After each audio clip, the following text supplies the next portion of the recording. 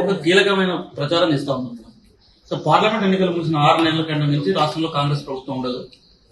కాంగ్రెస్ ప్రభుత్వం తనకు తాను కాంగ్రెస్ పార్టీ నాయకులు పడగొడతారు అని నువ్వు కోరుతున్నావు. అంటే ఆయన ఉనికి కాపాడుకోవడానికి ఇంకా అడ్రస్ లేని గవర్నమెంట్ అందరూ వెళ్ళిపోతున్నారు. బీ ఫామ్లు ఇచ్చినోడు కూడా నాకు వద్దులే స్వామి అని దండం పెట్టి తిరిగి వచ్చేసారు. సో ఈ ఉనికి కాపాడుకోవాలంటే ఏం చెప్పాలి? అదిగో మేము వచ్చేస్తున్నాం, మేము చంపేస్తాం, నరికేస్తాం, కొరికేస్తాం, మళ్ళీ ఇంకా అంత బలం ఉంది, ఇది ఎవడో వెళ్ళొద్దరా బాబు అని అడుక్కుంటూ బయటపడకుండా ఈ డ్రామాలన్నీ ఆడుతున్నారు. అంటే వినేవాడు అందరూ వాళ్ళ కార్యకర్తలు మళ్ళా సార్ వచ్చేస్తానంటున్నారు, గవర్నమెంట్ వచ్చేస్తుంది అని నమ్మేది ఎర్రిబాగులో ఆయన అనుకుంటున్నారు. తక్కువ అంచనా వేస్తున్నాడు వాళ్ళ వర్కర్స్ కి. కాబట్టి ఇలాగే మాట్లాడాలి, ఎందుకంటే లేకపోతే ఉన్నది కూడా ఊడిపోతుంది. అందుకని మేము గ్రెయిన్ మార్కెట్ వేస్తున్నామండి. క్యాండిడేట్ గారు అక్కడ వస్తున్నారు. ఇక్కడ రైతాంగం ఇబ్బందులకు గురైంది, మీకు అందరికీ తెలీదు.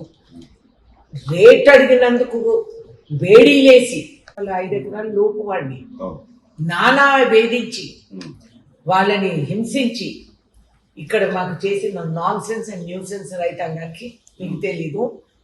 ఖాతా లేకుండా, కొనుగోలు కేంద్రాలు పెట్టకుండా, సమయస్ఫూర్తికి మనం రియాక్ట్ అవ్వకపోతే రైతు కుక్క 6 నెలల తర్వాత దొంగలు పడిన 6 నెలల కుక్కలు మొదటితే లాభం లేదు. కాబట్టి గ్రెయిన్ మార్కెట్ మాకు మాజీ మార్కెటింగ్ చైర్మన్ ఉన్నారు, రాధాకిషోర్ గారు. వారు చెప్తారు మీకు అక్కడ స్పందన ఎంత ఉందంటే అందరూ కాంగ్రెస్ కి సపోర్టర్స్. నేను ఇక్కడ వైరాలో కూడా I have built training farmers learning institute, agricultural university దగ్గర నుంచి ల్యాండ్ కేటాయించి ఇది ఆల్ టాప్ ఇన్స్టిట్యూట్స్ కి ఫార్వర్డ్ లింకేజెస్ ఇచ్చి మా ముఖ్య పంటలు ఇక్కడ చిల్లీ, ప్యాడీ, ఆయిల్ వివిధ రాష్ట్ర దేశాల్లో మనం Indians are contributing to their economy.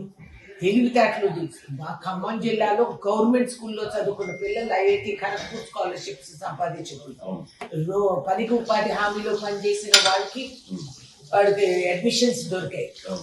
అంత గొప్ప పునాదులు ఉన్న ఈ దేశాన్ని ఇవాళ ప్రతి 6వ వ్యక్తి అక్కడ విదేశాల్లో పనిచేస్తుంటే నువ్వు ఇంత విచ్చలవిడిగా ఇలా మాట్లాడితే వాళ్ళందరూ ఏమైపోతారనే లోకజ్ఞానం లేదా, అవగాహన లేదా మనిషికి?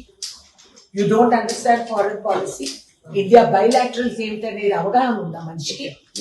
ఏం మాట్లాడుతున్నాడండి? ఇటు చైనా మన గడప తొక్కి అరుణాచల్ ప్రదేశ్ లో కూర్చొని ఉంటే దాని గురించి మాట్లాడే సత్తా నీకు లేదు. అదే విధంగా నీకు మణిపూర్ లో మానభంగాలు జరిగితే ఇంతవరకు ముచ్చటకైనా నోరు మెదపలేదు. పార్లమెంట్ నుంచి డ్రెస్ పెట్టు, మాట్లాడు. విదేశాలు తిరిగి వచ్చి నువ్వు బట్టలు 4 సార్లు రోజు డ్రెస్సులు మార్చుకుంటే రాజకీయాలు కాదు సార్. అది నీ వ్యక్తిగత అహంకారం, అధికారం, మదం.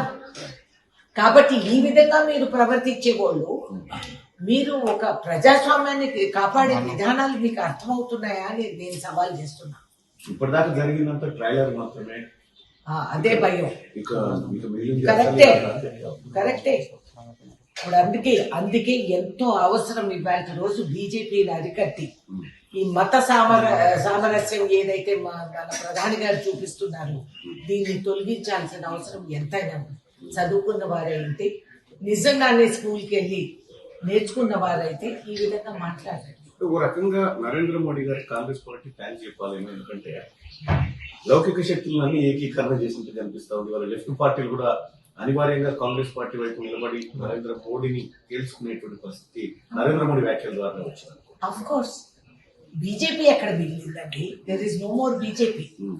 ఆయన కూడా చెప్తాడు కదా, మోదీ కా గ్యారంటీ, మోదీ కా వారంటీ అని మాట్లాడుతున్నారు. సో వాట్ ఈస్ మోదీ కా గ్యారంటీ? ప్రజల్ని భ్రమ పెట్టే తప్పితే ఏంటి ఆయన గ్యారంటీ? మీరు 15 లక్షల గ్యారంటీ ఆయన ఇవ్వలేదా? బ్లాక్ మనీ తీసుకొస్తాను 15 లక్షలు అందరి ఖాతాలు, అది మోదీ కా గ్యారంటీ. నీకు రైతాంగానికి ఏమని చెప్పారు? నీ ఇన్కమ్ 3 రెట్లు పెంచుతానన్నారు, అది మోదీ కా గ్యారంటీ. అది రేణుకా చౌదరి చెప్పలేదు, ఆయనే చెప్పాడు. What happen to those guarantees?